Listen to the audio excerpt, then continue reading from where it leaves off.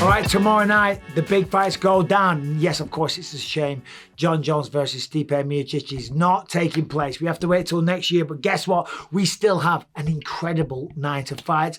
And I'm going to tell you who wins. Now, in the main event, of course, Jiri Prochazka versus Alex Pereira. That fight is sensational. That has all the makings of a potential fight of the year. Every time Jiri Prochazka shows up, I mean, it's phenomenal. Look at that back and forth war that he had with Glover Teixeira last year. Sensational fight. Before that, Dominic Reyes. Elbow, spinning elbow. I mean, what a knockout that was. It was phenomenal. Now, Jiri does have his wide stance, and he does sometimes carry his chin a little high in the air. On the flip side, we've got Alex Pereira. Check this out. Alex Pereira, this will be his 7th fight in the UFC. If he wins this, not only will he be a 2-weight division champion in 7 fights, that's insane, but on top of that, he will have beaten 4 UFC champs. Let's go through them. Sean Strickland, current champion. Israel Adesanya, former champion. If he beats Alex Pereira, that will be another one.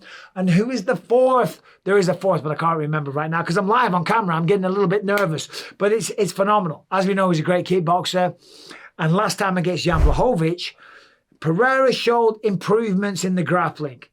Jan Blachowicz went forward. It was at Salt Lake City. Maybe the both got a little bit tired and they started getting a little bit sloppy. But it's at very high elevation. Maybe that played a big factor in the fight. But Alex, if he was taken down, he was able to get back to his feet. So there was definitely an improvement there. And he's going to need that improvement because Jiri Prochazka, I think, is more well-rounded. If you look at the record of Jiri Prochazka, I mean, the man's been going for a very, very long time, okay? He's had a tremendous amount of fights and he's fought at the highest level. And he's beaten some tremendous grapplers along the way, okay? So I think he's going to come in. He's going to be more than happy to stand with him, more than happy to trade. And he might get a knockout of his own. Granted, Alex Pereira, can he knock out Jiri Prochazka? Of course he can. Right, that would be ignorant to say that he can't. The man's one of the best kickboxers we've ever seen, certainly in this generation. A 2-weight division champion in Glory Kickboxing. He was just put into the Glory Kickboxing Hall of Fame. And if he carries on like this, then of course he's going to be in the UFC Hall of Fame one day as well. So potentially one of the most highly decorated combat athletes of our time.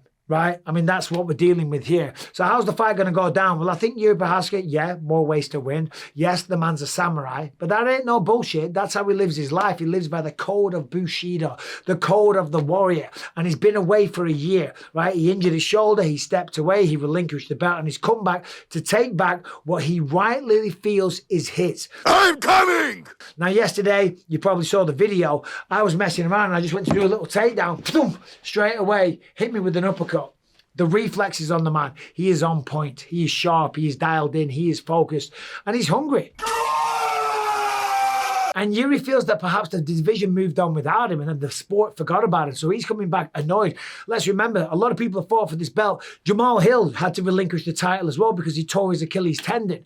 Okay, so Jiri is coming back to make a statement and Alex Pereira is looking to become a 2-weight division champion. I've talked enough. Here's who wins. All right, this weekend it all goes down in Madison Square Garden. We have 2 former champions fighting for the light heavyweight strap and we have the interim heavyweight title on the line. It's going to be insane.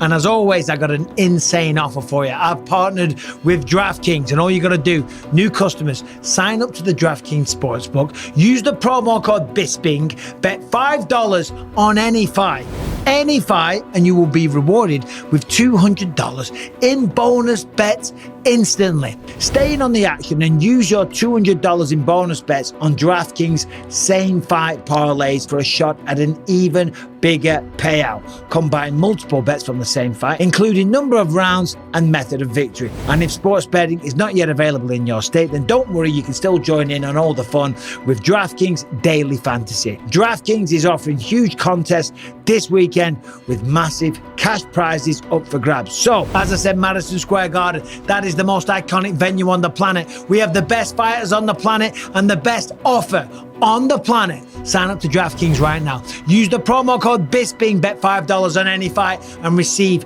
$200 in bonus bets instantly.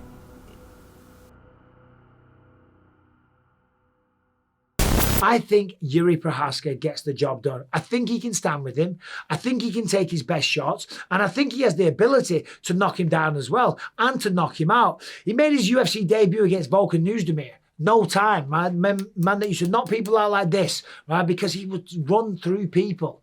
Jiri took his best shots and then finished him himself. Dominic Reyes, a man that fought for the belt, was a #1 contender, went the decision with Jon Jones, went the distance, knocked him out with that beautiful spinning elbow series, okay? And then beat Glover Teixeira, right? He has more ways to win. He has more experience. I think it's going to be a back and forth, absolutely epic battle. But as we get to the later rounds, I think he starts to take over. I think he gets a takedown. I think he gets on top.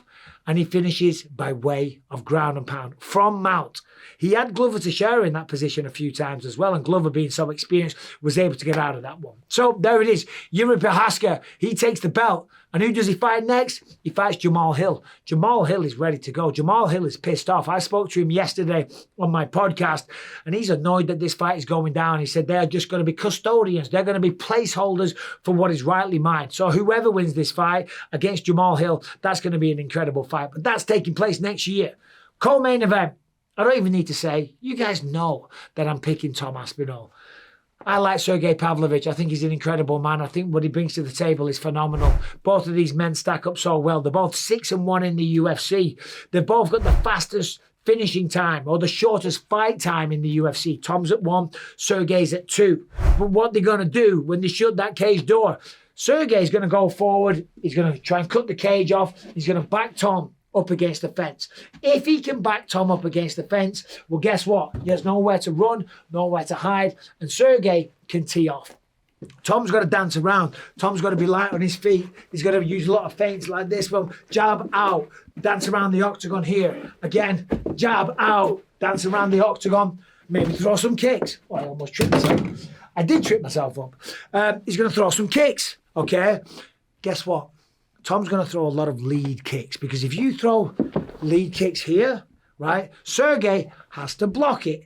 Just like when I fought Dan Henderson. So if we're here, and boom, throws the kick, he has to block it. If you're blocking, you're not throwing. So I think that's going to be a key weapon. Oh, I'm out of breath. But the movement, the feints, the level changes here. Feinting the kicks, feinting the jabs, coming 1, 2, and back. Level change, bang, bang. Then he will level change. Then he'll go in, he'll get the legs, he'll take him down. And that could be the beginning of the end. Oh, baby. It's heavy. It's a heavy jacket. It's like a weighted vest. That's the only reason I'm out of breath. Not because I'm out of shape. So, Tom Aspinall will be the interim heavyweight champion. Now, before that, because we've got other fights on the card, let's take a look. We have Mackenzie Dern versus Jessica Andrade. That's a really very interesting fight. Jessica Andrade, former champion, been very busy this year. Jessica Andrade said, I think this is her 4th fight this year. And she said she had to do that because she went through a divorce and it cost her so much money. So that's an awful situation for her. And I very much do sympathise. Mackenzie Dern, world champion at jiu-jitsu. We all know about that. Great submissions.